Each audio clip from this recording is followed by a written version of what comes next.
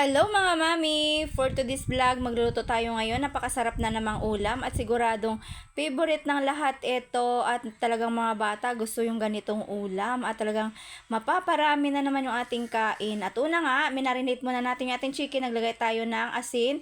Naglagay din tayo ng bawang at pinino ko lang po yung aking bawang. Naglagay din ako ng kaunting paminta. Tansyameter na naman yung ating gamit at naglagay din ako ng kalamansi.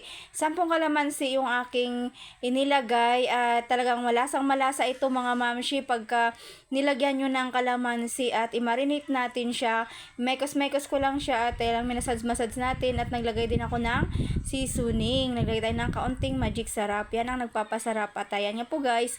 I-mekos-mekos natin yan o kaya i-massage-massage natin yung ating manok para naman manuot ang lasa diyan at malinis naman talaga yung ating kamay. Kaya mahirap kasi pagka hinalo lang natin siya, hindi natin mamassage. At naglagay na rin ako ng mantika sa ating cooking pan at isang boting ng mantika yung aking inilagay diyan. Mas maganda, mas maraming mantika para lumubog yung ating chicken. At naglagay rin ako ng harina.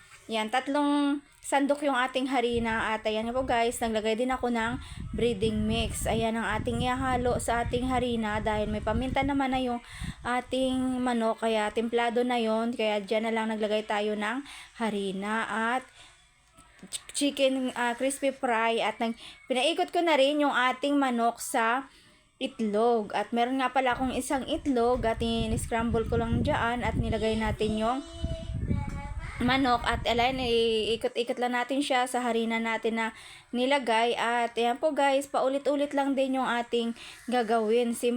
Process pa rin po yung ating gagawin dyan at hanggang sa maubos yung ating manok.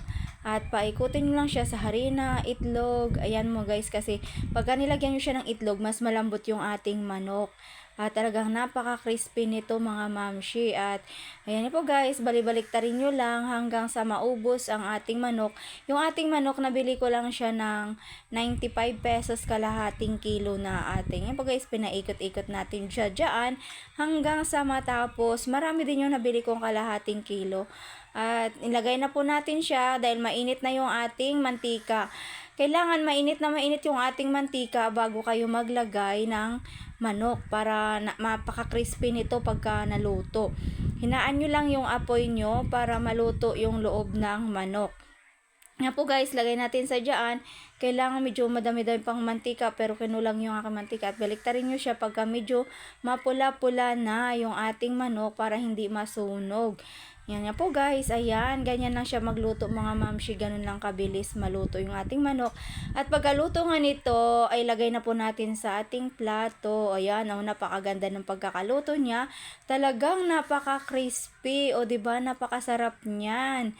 At talagang sabi ng aking alaga, nung natikman yung ating manok, McDo daw, o diba, kailangan natin ng masarap na pagluluto para hindi na tayo bumili, nakakatipid tayo paglutong bahay at mas masarap pagkalutong bahay, 'di ba mga mamshi? Dahil ako mapapamahal tayo pagka sa restaurant pa tayo bumili niyan o kaya sa mga kainan. Kaya pag nagluto tayo, nakatipid na tayo at mura tayo dahil mahal din yan sa alabas. At ayan, kalating kilo, marami ka nang maluluto. At ayan nga po guys, same process pa rin po. At ayan, pagka hango ko nga ay naglagay ulit ako ng ating manok na natira hanggang sa maubos yan na maluto. At ayan nyo naman guys, napakalambot ng ating manok, talagang malambot, makrispy at saka juicy siya. Ganyan talaga mga mamshi mga nagluto. Tsaka kinain ko nga nung naluto niyan, talagang andun yung lasa ng kalamansi, o diba, napakasarap pagka ganyan luto. Mas gusto ko kasi yun nandoon kasi na-marinate ko siya ng medyo matagal kasi maaga ko pa lang siya nabili. Naluto ko na siya mga 12 o'clock ng tanghali at saka yan ay na medyo matagal ang pagkakamarinate natin kaya malasa yung ating manok. Ayan po guys, ahonin na natin yung natirang manok, o diba, naubos na natin perito. Napakaganda ng pagkakaluto, talagang mapaparami na naman ang kain ng Gion ko nito pagka yan ng ulam dahil favorite talaga nila yan ng aking mga anak, ang fried chicken. O, di ba mga mamshi? At ako nga nakadalawa dyan dahil sa sarap ng ating ulam.